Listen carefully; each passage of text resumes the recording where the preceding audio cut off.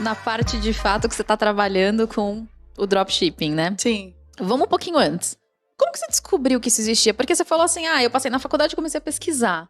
O que passou pela sua cabeça? O que você estava pesquisando exatamente? Como que você chegou nessas informações? Foi uma coisa muito pontual. Eu vi um amigo meu que, assim, era amigo de uns colegas meus da escola, que ele tava postando, assim, umas viagens muito legais. Aí eu olhei assim, caramba, o que esse menino tá fazendo? Qual é a profissão dele? Eu quero saber.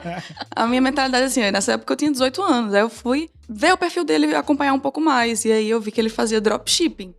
E aí eu falei, vou fazer isso. Vou começar por esse caminho.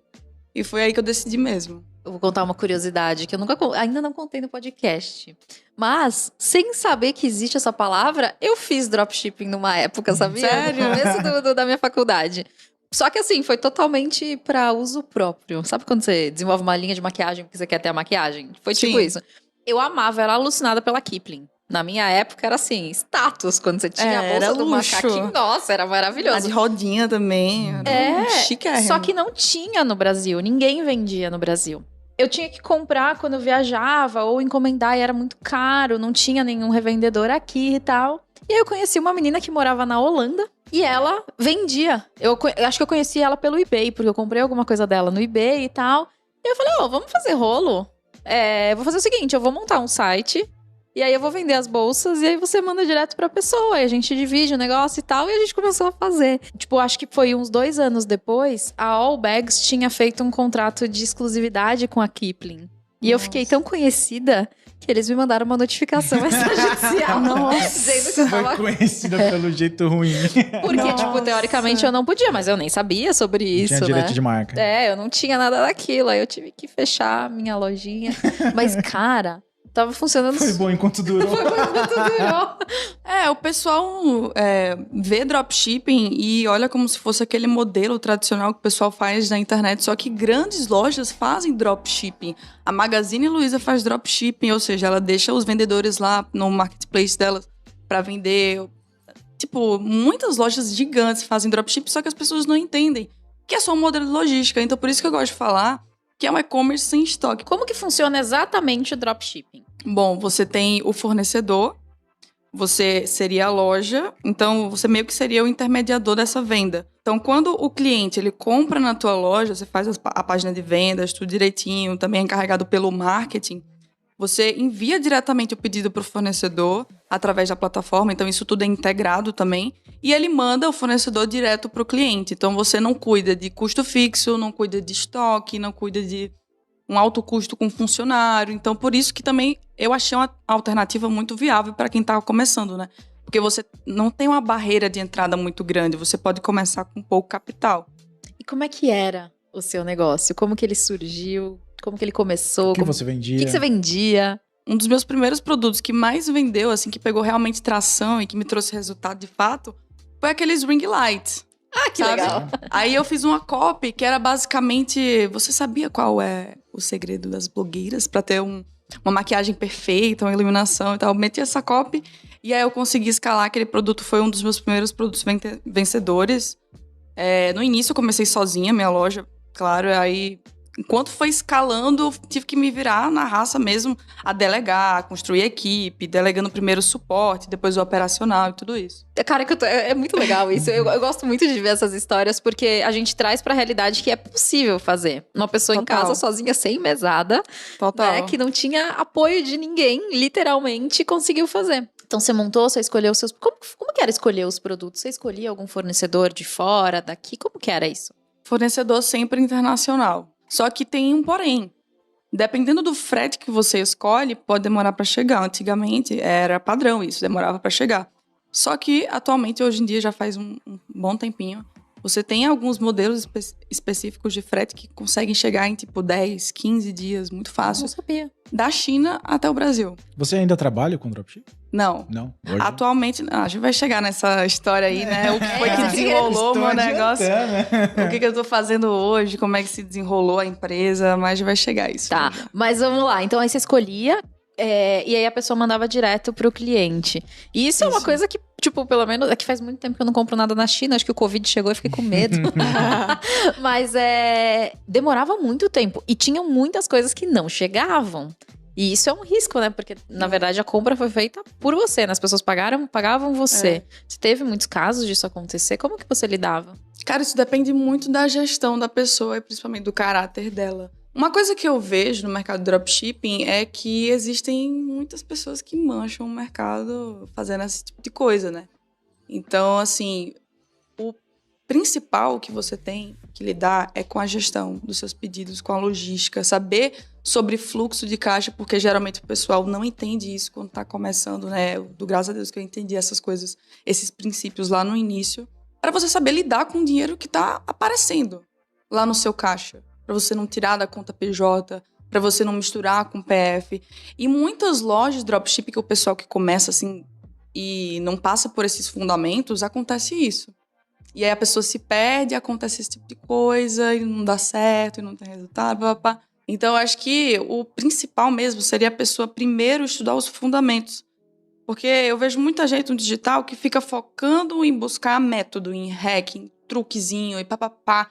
A virada de chave que vai mudar não sei o quê. Mas a pessoa não estuda os princípios, que em média são 6 a 12. Então, esses métodos nada mais são do que uma combinação das variáveis desses princípios. Quando você pega esses princípios e combina eles, você dá milhares de métodos, milhares de informações. Então, o que foi que eu fiz? Peguei os princípios e me aprofundei neles, que foi a melhor coisa que eu poderia ter feito naquele momento, porque me deu uma base, um repertório muito bom para empreender. Mas sabe o que é curioso? Não é só no dropshipping que acontece isso. Todo mercado tem 50% das empresas familiares misturam conta PJ e conta PF. Muitas empresas grandes também fazem isso. Tipo, preciso pagar a escola dos meus filhos. Paga aí. E, tipo, não é assim que funciona. Então, isso eu acho que é uma coisa também que é um pouco cultural, né? As pessoas, elas não têm esse entendimento que, apesar de você ser dono de uma empresa, o dinheiro da empresa não é seu. Porque às vezes você pode quebrar a sua empresa se você não tiver um bom planejamento, né? Mas tá bom. Aí a gente começou a vender ring light. Já tô animada, porque você começou a vender bem. E aí, o que aconteceu depois? E aí eu escalei pelo tráfego. Nesse caso, você passa por um processo. Drop é muito o produto, a página de vendas, a copy e o tráfego, principalmente. Porque é no tráfego que a pessoa ganha atração, é no tráfego que a pessoa consegue escalar de fato. Então, eu consegui escalar, eu achei um público, uma segmentação que estava indo muito bem, e aí eu fui lá, taquei a mão naquilo. Peguei todo o dinheiro que estava entrando, reinvesti, paguei os produtos, estava tudo indo certinho e eu fui escalando aquele público. Só que tem uma coisa bem importante que você tem que fazer quando você trabalha com isso, que foi inclusive o que você acabou de falar agora. A pessoa pega aquele dinheiro e acha que não vai acabar, que a pessoa não tem custo fixo e tal, que é o ciclo de vida de um produto. Cada produto ele tem um ciclo de vida. Então você passa pelo início, a fase de crescimento, pela fase de maturação e depois pela fase do declínio. Nessa fase do declínio, quando você entra, é quando você tem que testar novos criativos, quando você tem que testar novas segmentações, quando você tem que fazer teste AB, testar variações de copy, fazer outras coisas complementares para que aquele produto, quando chegou naquele nível máximo de escala, ele se mantenha por um tempo a mais. Então, o que geralmente o pessoal faz? Escala, mete a mão, o produto vai até a lua, fatura muito, e depois de um mês, decai tudo, porque o público saturou, as pessoas não aguentam mais ver aquele anúncio, o remarketing tá anunciando para as mesmas pessoas, a pessoa não se dá conta que tem que fazer essas alterações, tem que buscar permanecer, e que principalmente antes disso, tem uma esteira de produtos. Ela acha que aquele produto vai mudar, pode mudar a vida dela, pode ser o start, que nem foi o meu.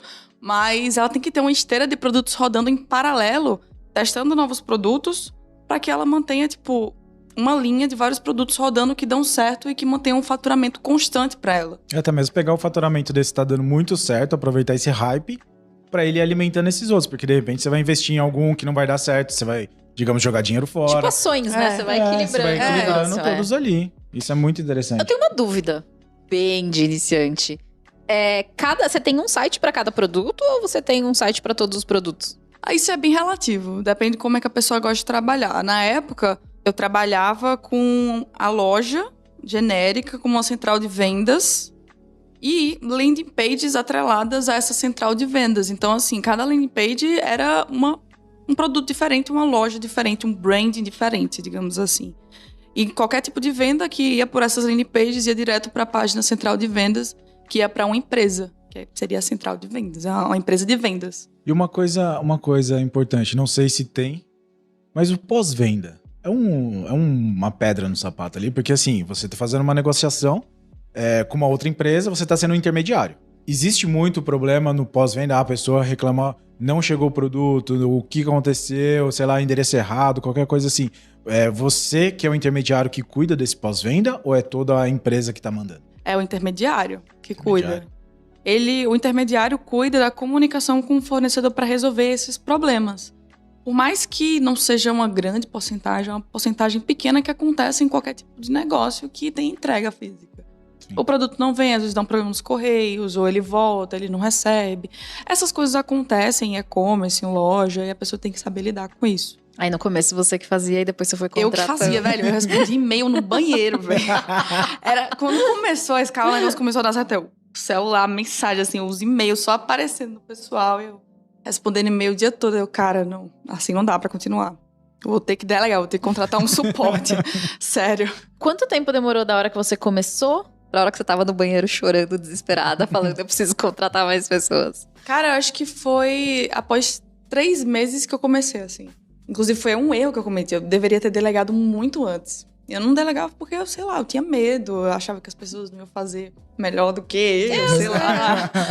Então, eu passei por esse tempo, assim, fazendo tudo sozinha. Mas foi um erro que eu cometi. Mas isso a gente... Eu não sei você, mas, por exemplo, eu, né? Eu, dentro do meu curso, eu tenho esse receio. Então, tipo, eu quero cuidar do suporte, eu quero cuidar das vendas, eu quero cuidar da página, eu quero cuidar de tudo. Porque eu tenho certeza absoluta de que eu vou fazer o meu melhor. E às vezes a gente não tem 100% de certeza. E eu acho que isso é sim um erro, mas também tem a ver com as pessoas que às vezes elas estão no mercado e elas mancham mesmo o nome de todas as outras. Porque existem pessoas que elas estão ali só por estar, né? Elas coexistem no emprego, elas não fazem o que elas precisam, né? Mas aí tem 2 lados da moeda, né? Porque tem a questão do você não delegar que você tem certeza que vai dar tudo certo. E chegar também num estágio que você não vai fazer bem feito todas as partes do processo. Exatamente. Porque você não vai dar conta. Às vezes é melhor pegar alguém que não saiba nada, pra você ir criando a pessoa no seu modo, modelando ela do seu jeito, pra ela aprender, do que você pegar alguém muito bom e aí vai chegar com, de repente, vícios do mercado e de repente não vai trabalhar do seu modo. É meio complicado esse negócio de equipe, assim, pra você pegar a pessoa e treinar ela e tudo mais. Mas é um processo. E vai ter que ocorrer com todo mundo que queira crescer.